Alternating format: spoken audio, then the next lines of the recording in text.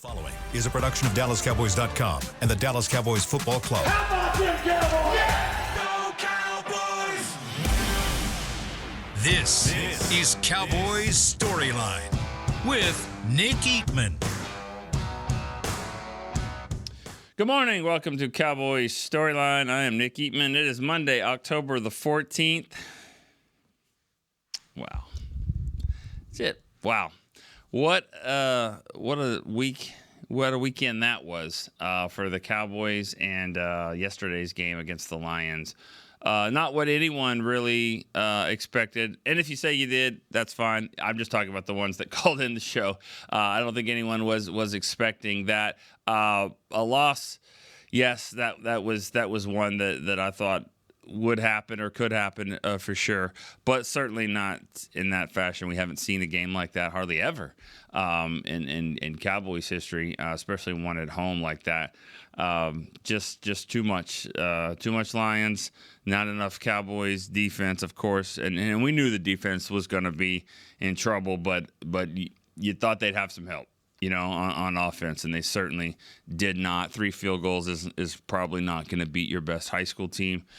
Certainly not a really good Lions squad as well. So let's talk about it. 888-855-2297. As always, I think it's good to point out. Let's be respectful the best we can be in a show like this, and then let's also try to move on and try to get as many people to call as possible. I have a feeling a lot of people have things to say. All right, let's get it started. Ronnie in New Jersey. Ronnie. Good morning, Nick. Good morning. Morning. What's up? Not much. Not after that. Nick, how do you do it? I mean, I know you're a Cowboys fan. We're Cowboys fans and grew up Cowboys fans. But, man, when you watch something like that, it kind of hurts a little.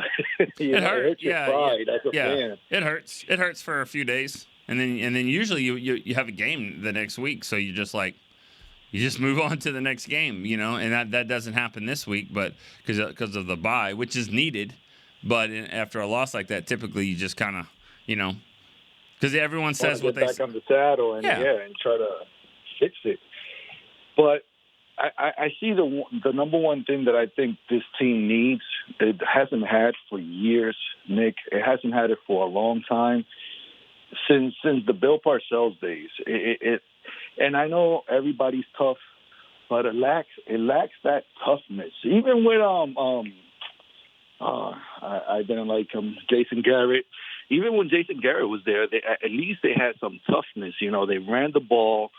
They sort of stopped the run every once in a while. They were pretty good.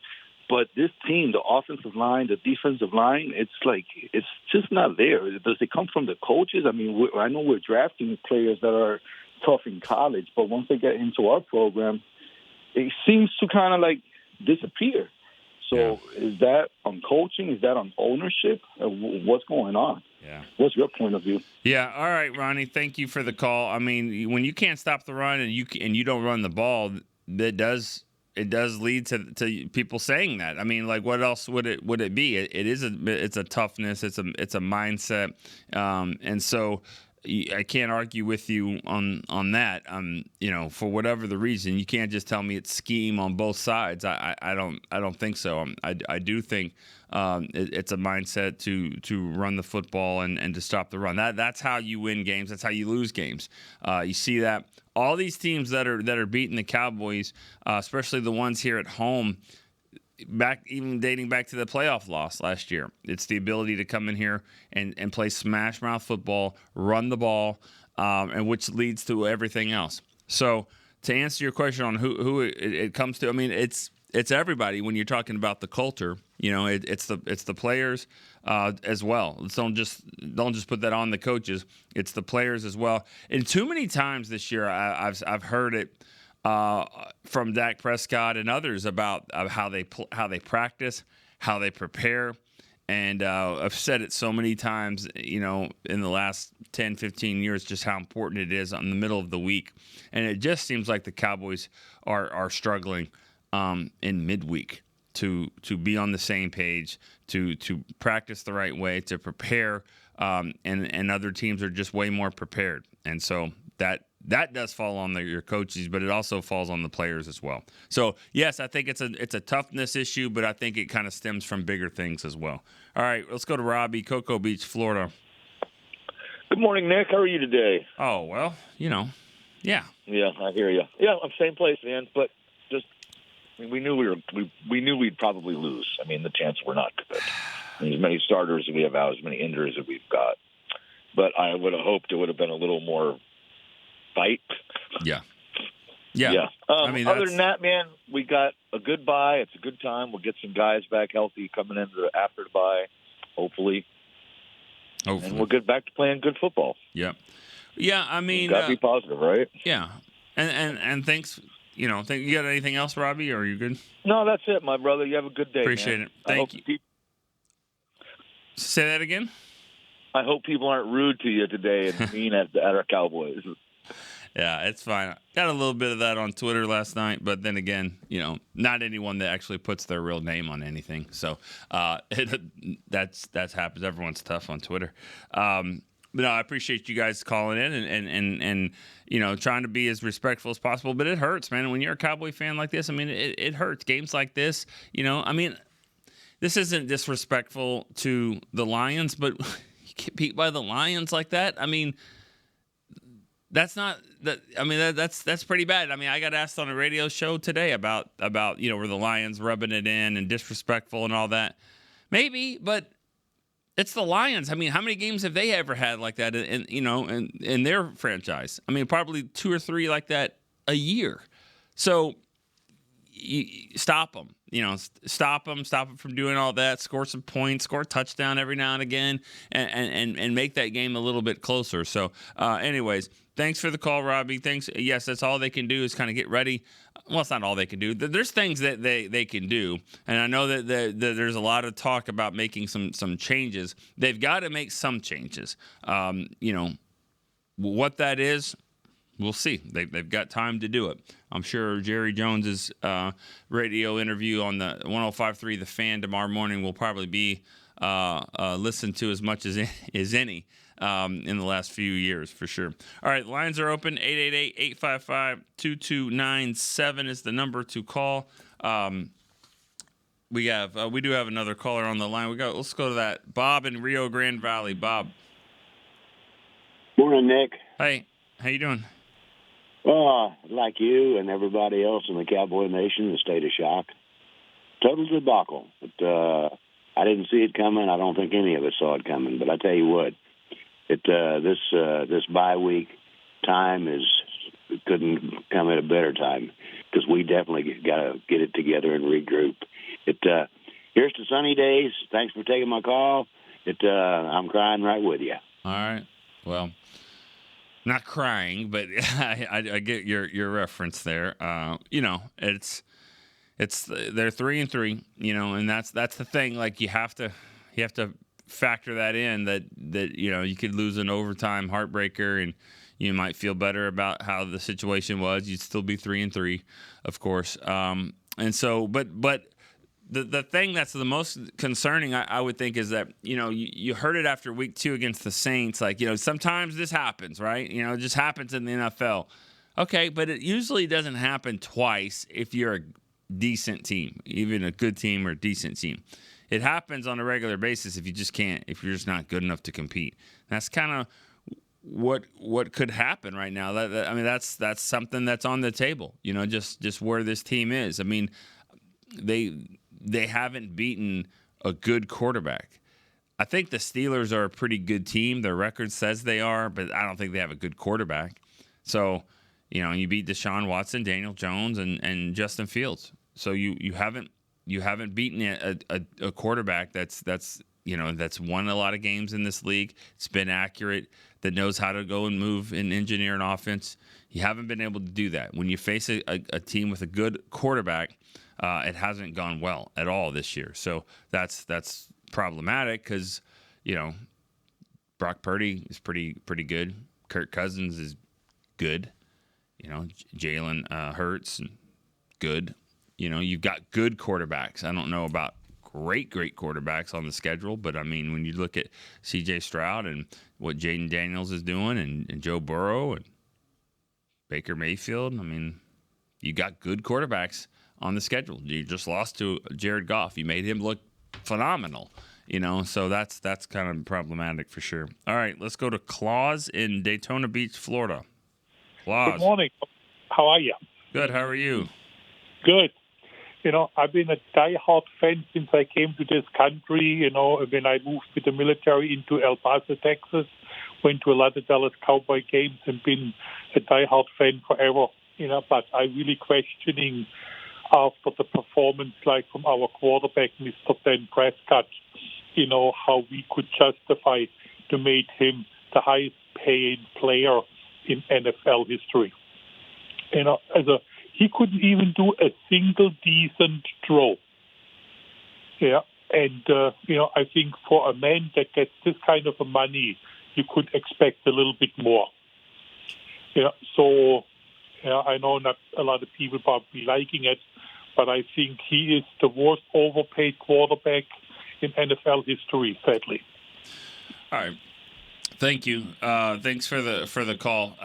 He did not play well in the game yesterday, for sure. And when you get that kind of money, and you're gonna get, well, first of all, when you're the quarterback of the Cowboys, regardless of what you're making, you're gonna get that kind of pressure on you and the target on your back. But if you get that kind of money on top of it as the quarterback of the Cowboys, yes, it's going to happen. Especially the way it went down. I mean, he was like, I don't need to sign a deal this year.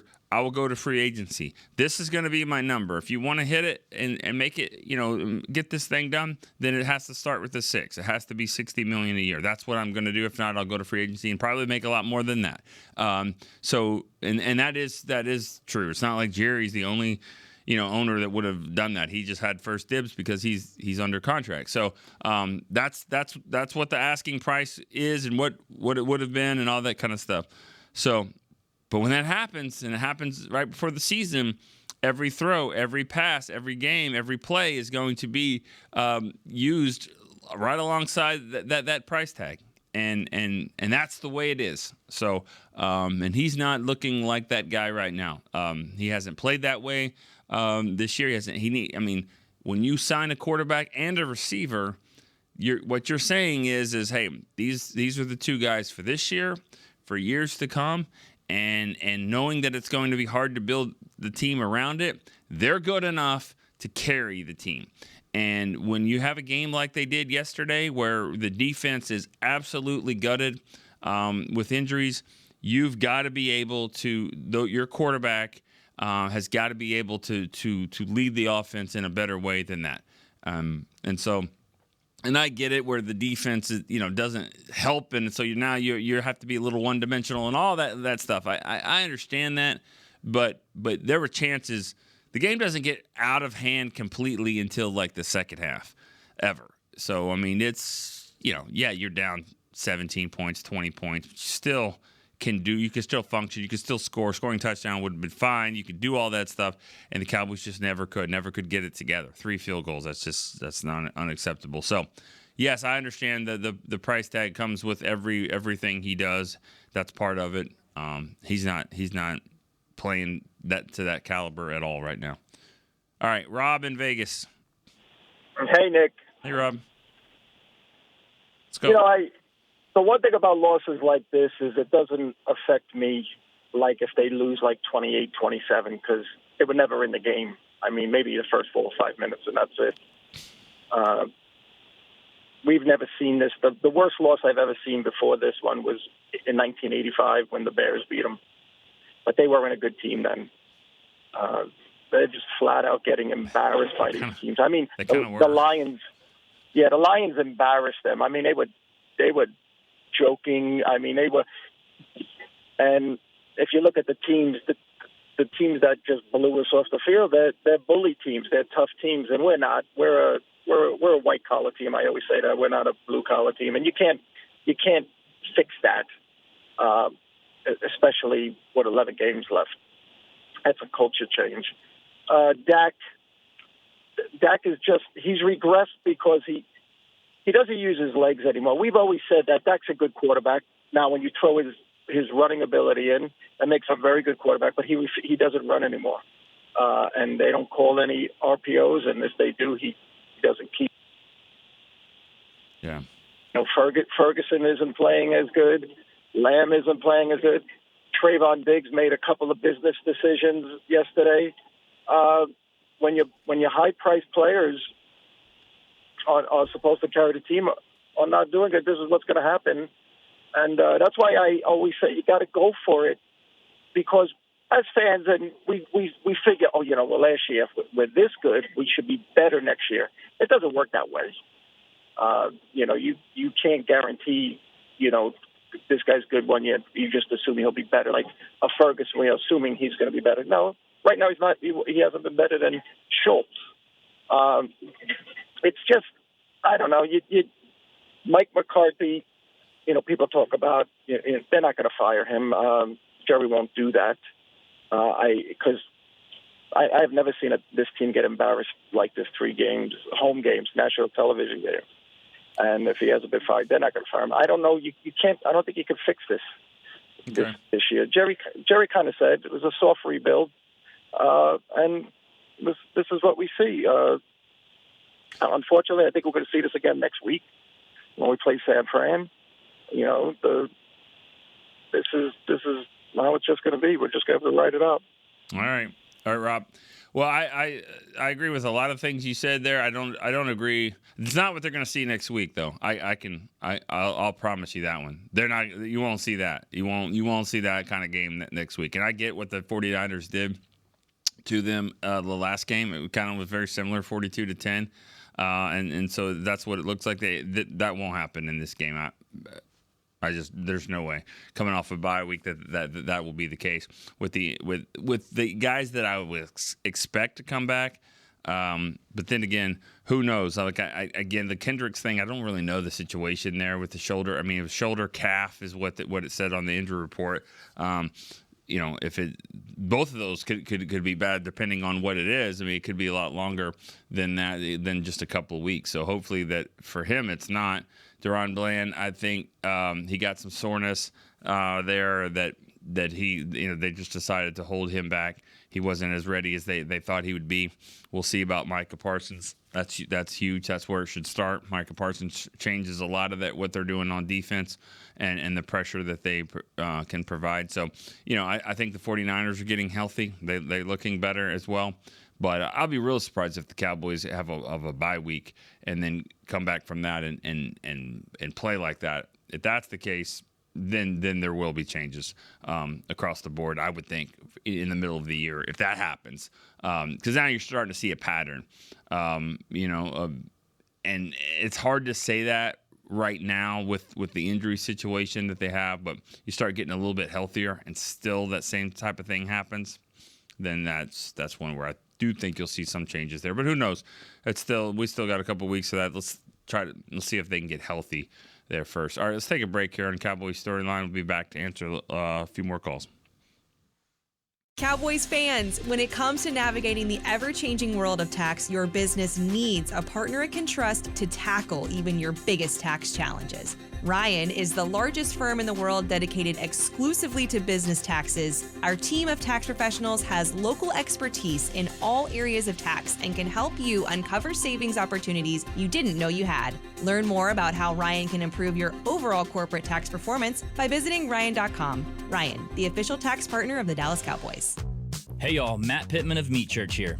With football season kicking off, I'm already gearing up to bring the smoker back to AT&T Stadium for some epic tailgates. But with that Texas heat, it's crucial to keep my beer hand cramping cold. That's where Yeti's insulated Colster can cooler comes in clutch. This year, you can even get them with the iconic star engraved on the side. Licensed Yeti Cowboys gear is now available at Stadium Pro Shops, concessions, and on Yeti.com. Check it out today. Yeti, official cooler and drinkware of the Dallas Cowboys. We got big personalities. We got big hair, big belt buckles. We got fans all across this big state and enemies in every other one. We even got a big star on the 50-yard line. Smirnoff knows football is a we thing, an experience that is best enjoyed together. With good drinks and good folks home or away, we rally together. We cry together. And we always rally cry together because, most of all, we got big love for them boys. Smirnoff, we do game days. Please drink responsibly. to Cowboys Storyline.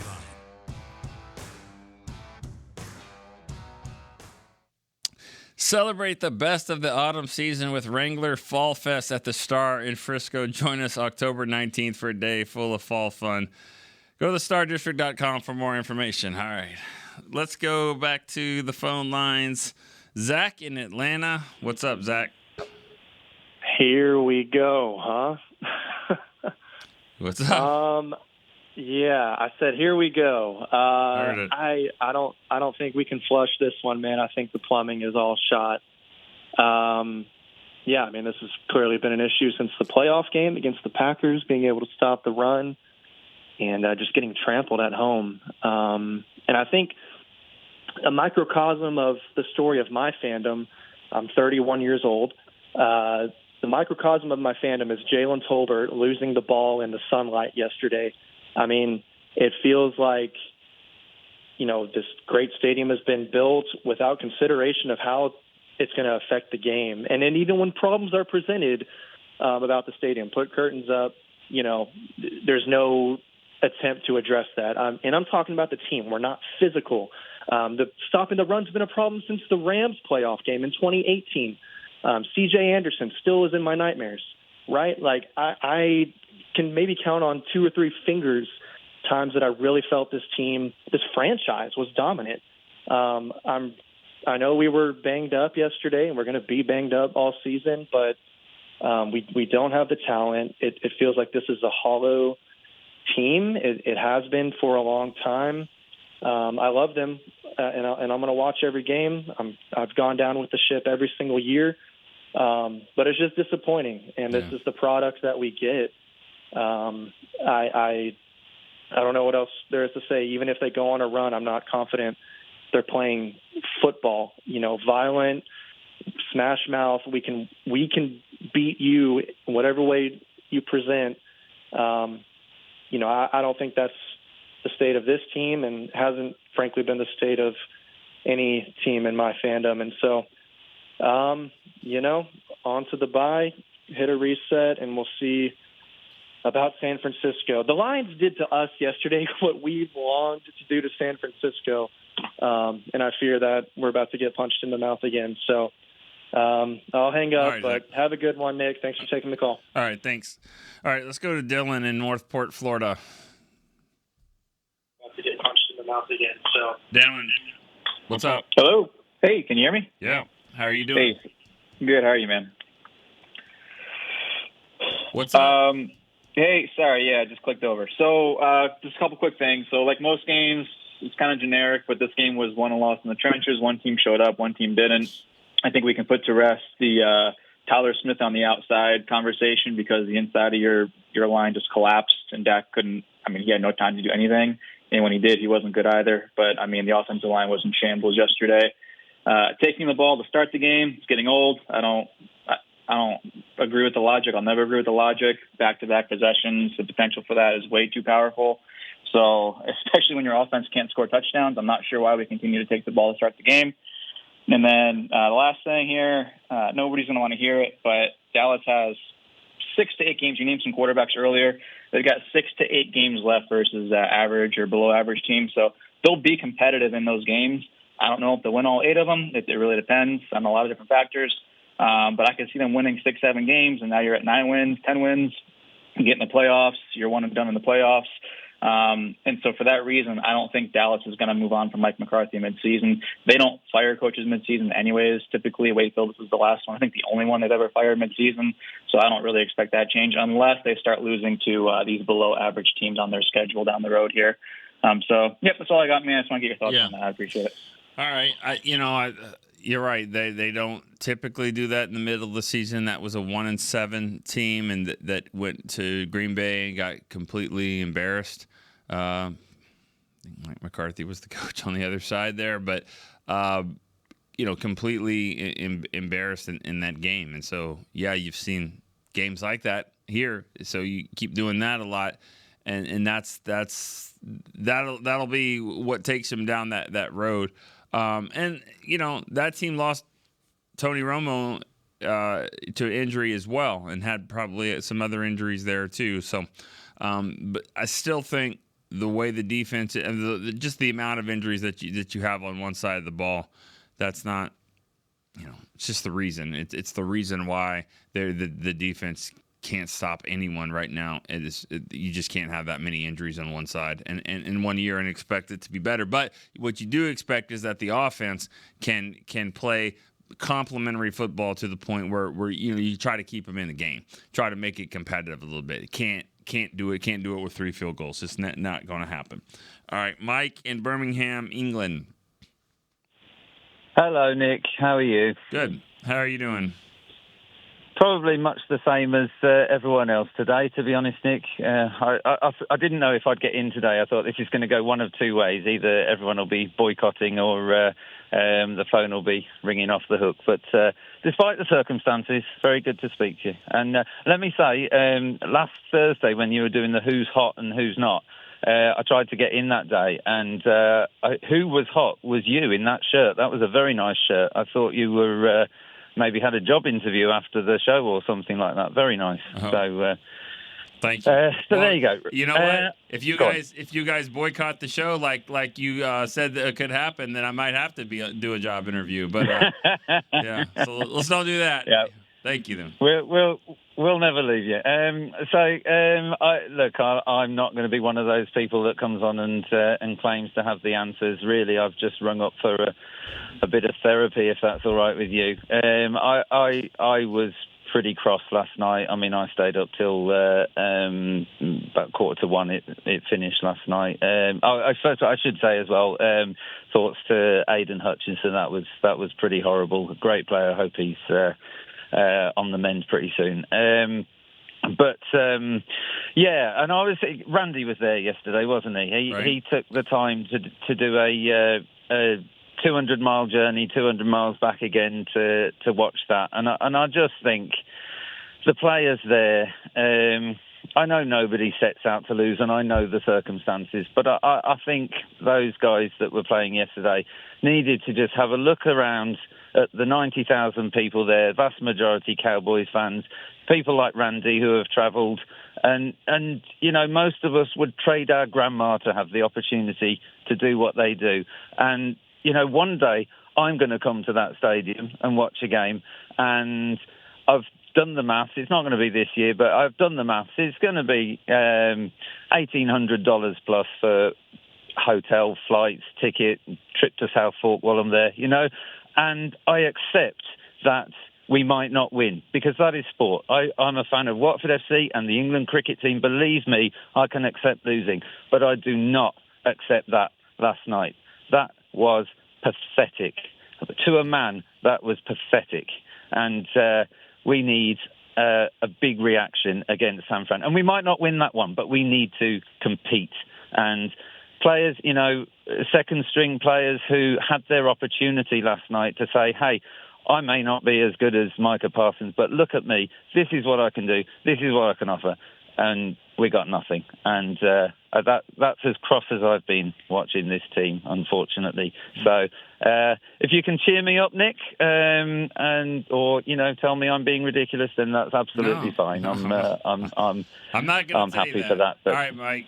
Thank you for calling. Thank you for supporting. I mean, obviously, is later game over there for you in England. So it was already 1 a.m. when the game was over. I'm not going to change your mind on that. There's nothing to cheer you up for right now. I mean, you could say, well, it's a long season. There's still, 11 games to go. Is that good or bad? I mean, I don't know if it's going to be more of those. No, that's not a good thing. I mean, guys, it's not my job to try to cheer people up for it. I'm going to let you guys have the mic and rant today, as long as you keep it respectful, which you guys have done. I mean, I get your frustration. I totally understand it. You expect more. You expect more from this team. You hear it all the time when people say, well, those guys get paid too. Well, what about with your own team? I mean, these guys get paid too. Yeah, they're not star players, but you still expect a better showing than that. Some of these injuries happen later in the week. Some of them did not, though. So it's not like a surprise. get these guys ready to play. And, you had a couple of nice gutsy wins at the Giants, at Pittsburgh, where you had to kind of fight and bond together. But, man, it certainly didn't happen in this game. And the offense just really let them down and allowed the defense to kind of do what you expect from the defense, especially if you're getting no help from the other side of the ball. I can't stress that enough. I mean, I'm sorry. The defense, they get somewhat of a pass, but the offense, what's the excuse there? I mean, you switched up the offensive line to get your best starting five, apparently. You got your quarterback, Jalen Tolbert. They told us Jalen Tolbert and Turpin, that they could help with Cooks, and you don't have any problem at running back because they don't change anything there. So they're good at running back in their mind. And then Jake Ferguson at tight end. I can't stress that enough. You got 3 field goals from that offense. That's where the problem was, right there. Yeah, you can say 47 points, but 1 interception went to the 1-yard line. 2 interceptions got thrown into the end zone. So, I mean, score a touchdown on some of those field goal drives too. You're getting more points. You're probably taking points away from them, shortening the game, making it more competitive, putting a little bit more pressure on the Lions to go make a play. Not to say that they wouldn't, but you're putting a little bit more pressure on them by scoring some points, and that never happened. So I can't say it enough. It was the offense there for me. All right, Travis in San Antonio. Nick, what's going on? Hey, how are you? We appreciate you. I'm here checking in for my Cowboys therapy. So, man, it's I've been sort of struggling since last night to this morning because I was like, am I really angry? No, I'm not. I wasn't angry, I should say, because I picked the Lions to win, so I was more disappointed. But, man, this team has got me going through the 7 stages of grief, and I think I'm at the anger point because you're right. There's no excuse. This is not a one. I'm not going to be the guy that's going to sit there. This is a one-player issue or whatever. This is everybody owns this, and from the top to the bottom. I mean, it's a lingering stench that's coming in from last year because I heard players were talking about referencing last year in some of their post-game comments. And I really think that this team, I've said it before, and I don't say it lightly because I was in the military just like David from Fort Worth was, but I really think that this team has PTSD from that.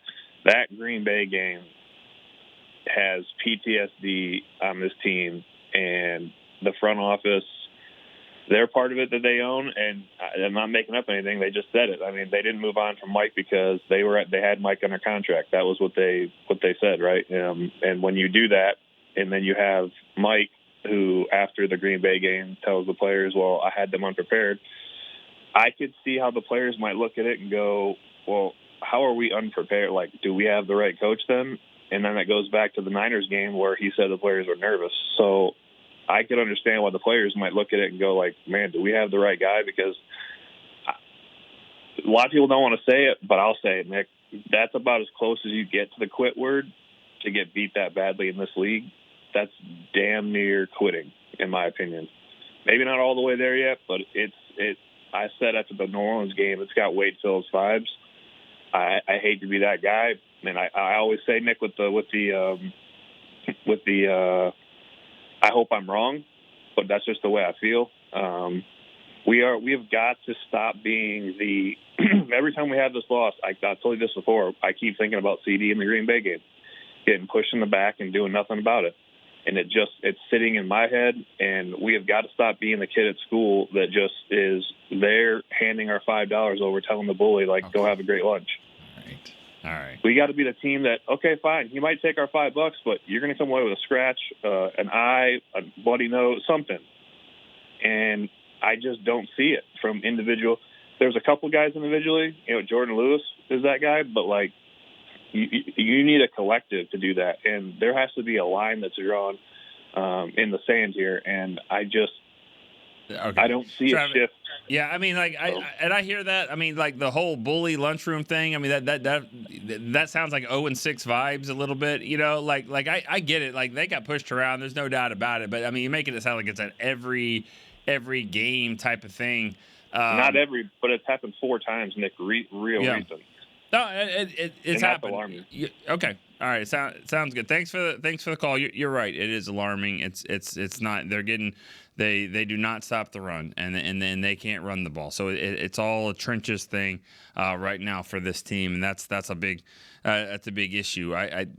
That analogy goes a little far for me. I don't think it's been like that, but we'll see what they're made of in 2 weeks. I mean, this is the bye week, couldn't come at a better time. We'll see, but we'll see if they use it to the right way. That's the Lions did. I mean, they came in here fresh and rested and pissed and all that kind of stuff and played like it.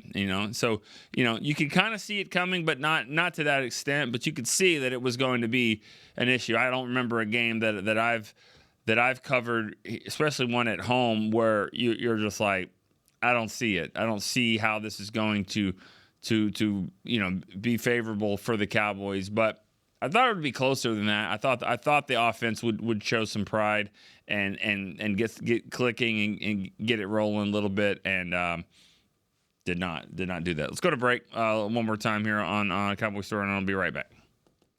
Discover Aiden, the official luggage partner of the Dallas Cowboys and Dallas Cowboys cheerleaders. Known for top-tier engineering and craftsmanship, Aiden offers more than just bags. Originating from Australia and designed in New York, it merges fashion, design, and culture. Used by Dallas Cowboys players, staff, and the entire organization, Aiden provides style and functionality for all travelers. Visit AidenTheBrand.com and use code AidenXCowboys for 25% off your purchase. Travel like your favorite stars with Aiden. Alltech Lansing has been perfecting sound since 1927, bringing you decades of audio excellence to elevate your Dallas Cowboys tailgate ritual. Equip your next pregame with the Sound Rover 180 with 6 hours of playtime, built-in microphone, multicolor light modes, and a rugged exterior that's built to last. Visit alltechlansing.com/Cowboys15 for 15% off your Sound Rover 180. That's ALTECLANSING.com/Cowboys15 for 15% off. Alltech Lansing, official audio partner of the Dallas Cowboys. Back to Cowboys Storyline. Stay connected with the Dallas Cowboys on your connected TV. Catch up on all Cowboys content, such as players, interviews, weekly TV shows, podcasts, docuseries, and much more. Download the Cowboys Now app on Amazon Fire, Roku, and Apple TV. All right, let's go back to the phone lines here. Chris in Saratoga Springs. Chris? Hey, Nick. How are you? Good. How are you doing? We spoke, not too bad. We spoke on Friday, and I told you I didn't agree with you. I thought we might win this game, and all I can say is I was wrong. I was definitely wrong. That was one of the worst games I've ever watched. I don't know. They changed their game plan. I don't know why they stopped running Rico Dowdle. Zach Martin played probably the worst game I've seen him play his entire career. I really thought the only way we could beat Detroit is with our offense. Holding on long drives and scoring in the red zone, in which, again, turned the ball over in the red zone. That hurt us. You can have as many excuses as you want on defense, but your offense has to step up, and I agree with you 100%. They did not at all. Dak and CD, again, seemed a couple times not on the same page. I don't know how that's even possible. They've been together so long. What's your thoughts on, one, Rico Dowdle not getting the ball, and two, Dak and CD miscommunications again? Yeah. Well, all right. Thanks for the call, Chris. The offense with the running game with Rico Dowdle. I guess I'll have to go back and look, and of course I dropped my stats, which I didn't think I would need, but they're down here. But the thing about it is, I thought Rico got the ball to start the game. I thought he was kind of the main back. Then later they kind of switched to Zeke some for pass protection. But for the most part, and then at the end of the game, it was Austin Richards was playing, Cooper Rush, Jalen Brooks, and then Zeke's the running back. So that's a position we haven't seen out of him in a long time. That's what I think that they think of him in with his role. So don't know. I thought, I thought they mixed it up a little bit. I mean, again, Rico had a nice game against Pittsburgh, but on that last drive before they got down there, I mean, it was a 3rd and 1, right? A 4th and 1, a 3rd and 1, I believe.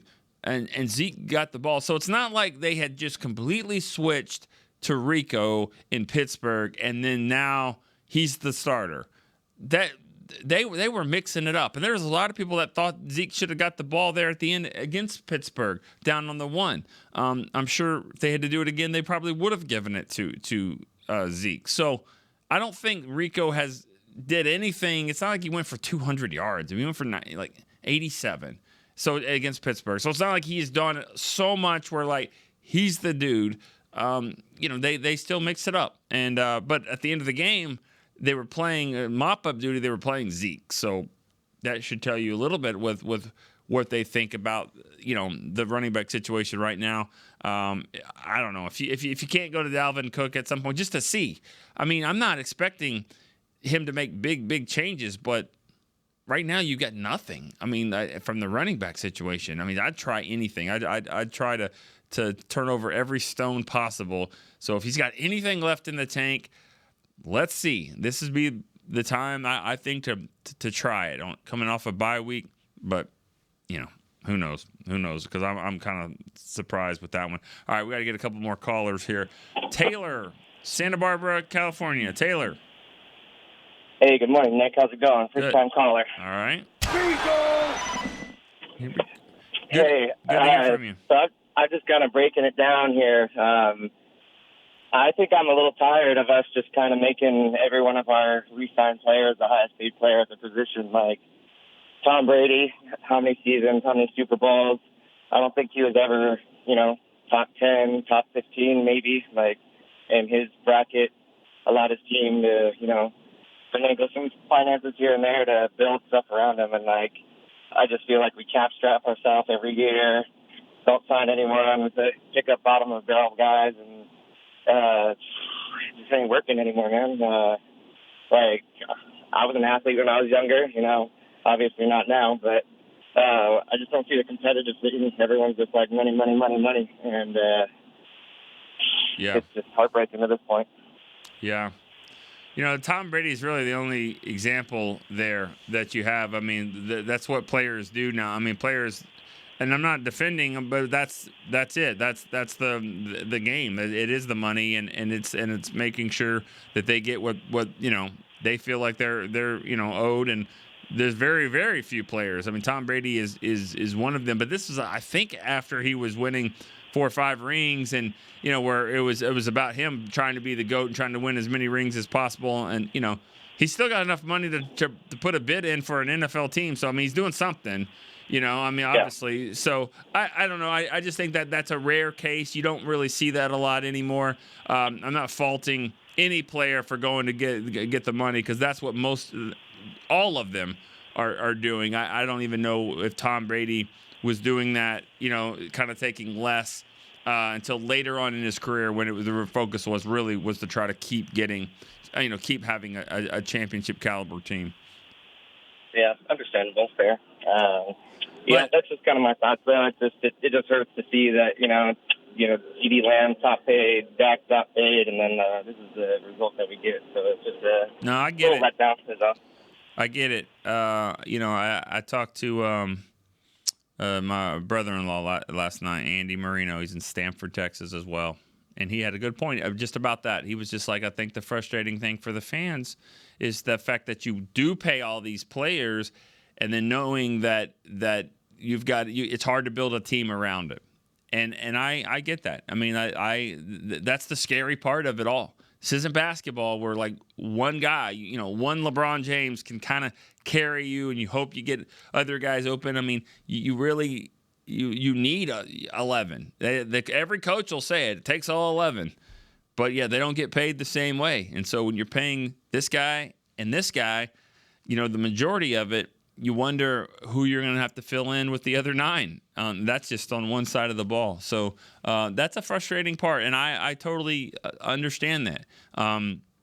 And then, I understand where if you don't do that, if you don't sign that player, then what? We've all seen that as well. So it's a very slippery slope that the NFL teams have, especially with the salary cap and trying to re-sign these great players. All right, let's go to our last caller today. Will be Rebecca in Minnesota. Rebecca. Hi. How are you doing?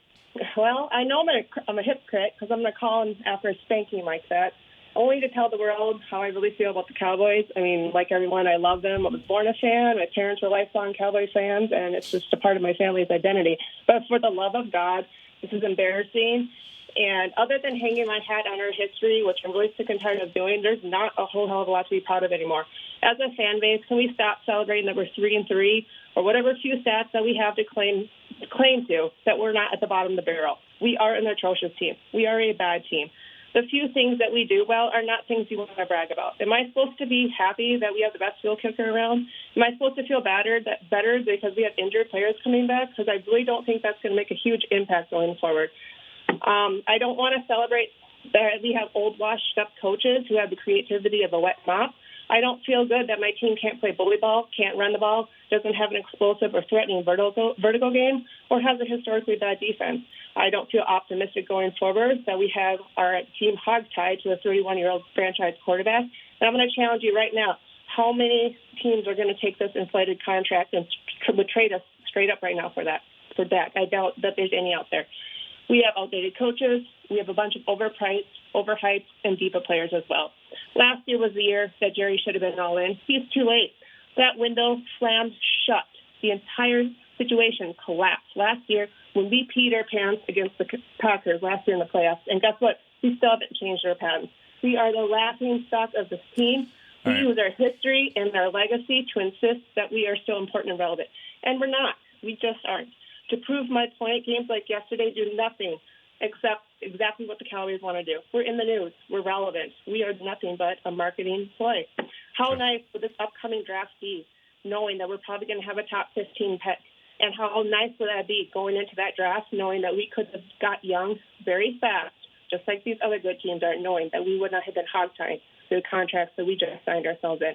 Jerry went all in, and he went in all in way too late. Have a good week, everyone. Nice. Thanks. Nice. Good job, Rebecca. Well written, and not really from the cusp there.